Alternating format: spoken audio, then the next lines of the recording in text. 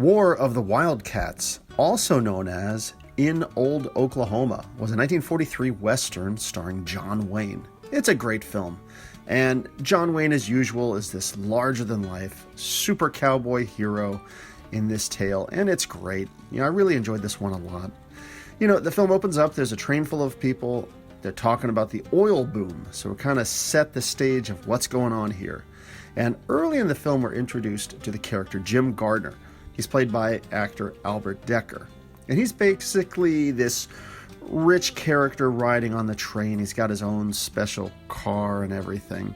The train has to stop, and while there, Catherine Allen, who's played by Martha Scott, she is going to get on the train. She's a school teacher and a writer, and she makes this big drama about leaving her man and going off to the city to start a new life and all that stuff.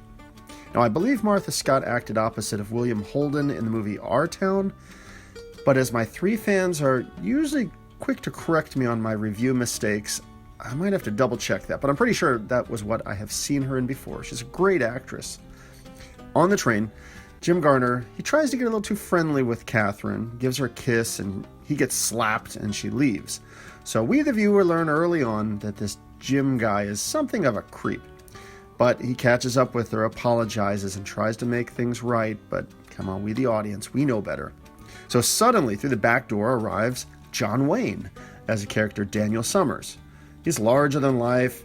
He's this big dusty cowboy. His horse has just died under him, so he has jumped on this train.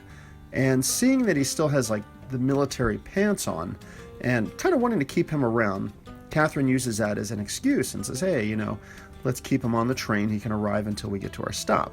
So Jim's a little bit annoyed, but he approves of this, and Daniel gets cozy, sits down, has some chicken, and starts to make fun of the book that Catherine has written, unaware that it was written by her. So eventually the train comes to a stop. Jim gets off, and Daniel and Catherine, they need to jump off as well to get onto another car. They miss their train, and Catherine finds Jim again, and he offers that she can stay at this hotel with him until they get on the next train, in her own room, of course. They ride off in his newfangled automobile that Gabby Hayes complains about. Yes, it's Gabby Hayes of the dozen or so Hopalong Cassidy films I've been reviewing.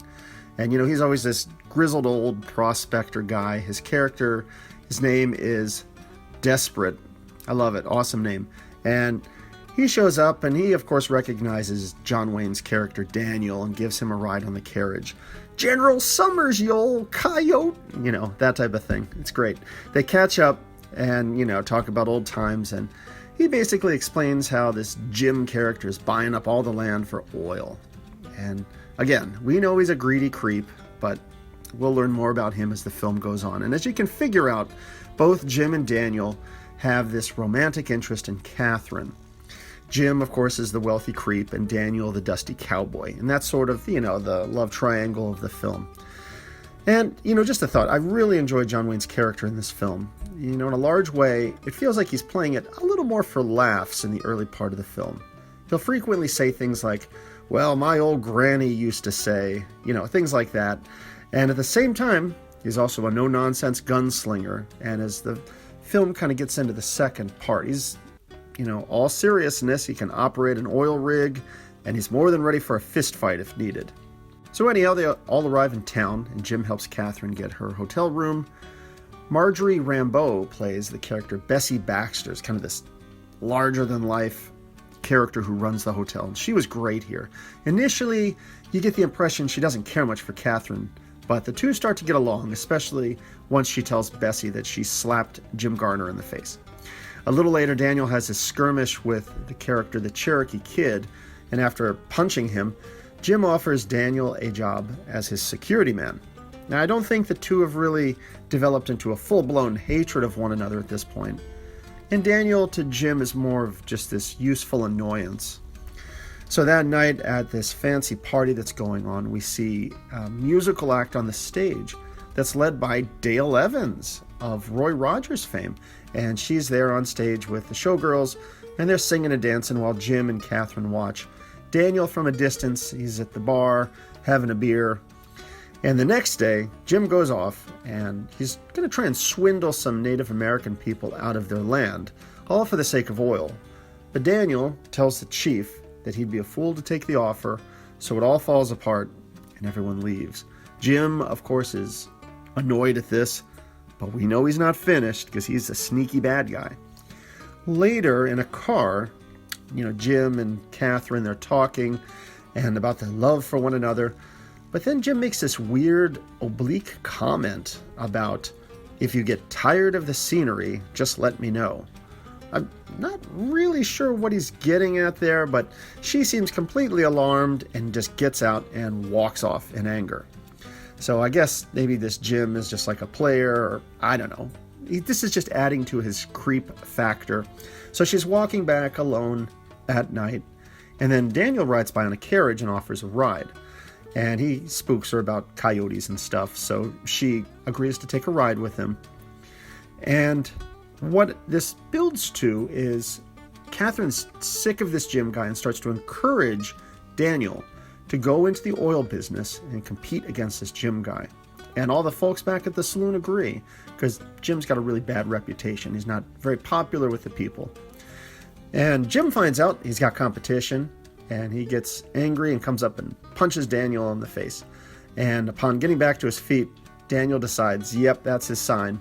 He's going to go and compete against him. So we kind of have the conflict of the film established, and things they start to escalate quickly, and before you know it, Daniel's off to meet with President Teddy Roosevelt. Now, both he and Jim want the oil rights, but Daniel's plan is more favorable to the Native American people.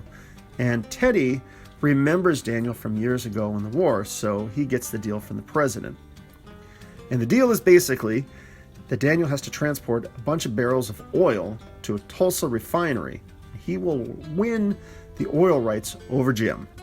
And that will drive the theme of the remainder of the film: oil drilling and transportation. So off they go to work, and later Catherine will come to visit the camp where Daniel's hard at work with these guys, and Daniel starts talking all dreamily about the house he'd like to get one day.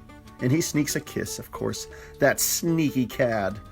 And the next day the guys they're taking a lunch break, but the Cherokee kid, I guess, has sabotaged the well. There's a massive explosion, and one of the workers gets seriously injured and dies. Desperate, catches this Cherokee kid sneaking back to Jim's place, and there's justice a-coming, and Daniel takes care of the revenge. And then later, there's apparently been a brush fire on Jim's land, and he and his men come to Daniel's oil well, planning to shut it down and get his stuff back, and things culminate there into an honest-to-goodness fist fight between Jim and Daniel. Yeah! Well, anyhow, while the fight's going on, they finally hit oil with his oil well. But then we find out that sneaky old Jim, he's got all these schemes. He has bought the pipeline. So it's up to Daniel and his men to ship this oil themselves. So the film builds up finally to this big land race with Daniel and his men. They're transporting these numerous barrels of oil across the land. And can they make it in time? Well, you have to watch it and see. Some closing thoughts. This was a great movie, and to me, it's rare to find disappointment in a John Wayne film. He's always this larger-than-life, bold superhero, quick with a gun, ready for a fist fight. He's got the quick quips and the funny little remarks, and he's also a romantic smoothie as well. And I like his little gags about his granny. And no spoilers, but it's fun how at the final conclusion of the film, the granny thing comes back in again. It's great. Albert Dekker is perfect as Jim Gardner, the rich jerk villain, who isn't too over the top, but yet he's just enough of a creep to be genuinely disliked through the film. And his trickery during that final race just adds to his evil qualities. But you can't have a superhuman character like John Wayne without a super bad guy like Albert Dekker's character. So the two really balance each other great. He's genuinely dislikable, but great in this film. Martha Scott was fantastic as Catherine Allen, and really played well opposite of John Wayne's character. And I like how you sort of see the theme of her character change and develop through the course of the film. Comes a little bit different from the initial wanting to get away from everything and running off to the city, to finding a good purpose here with helping in this oil race. And also noteworthy was Grant Withers as the character of Richardson, who was Daniel's loyal friend and hard worker in the oil wells. I just thought his character was well developed, and he's kind of there by John Wayne's side through this film. Not much more I can think to say. This was a fun movie. John Wayne is always great. There's plenty of action, adventure, and romance. Everything you'd expect. It's a great movie. It's worth checking out.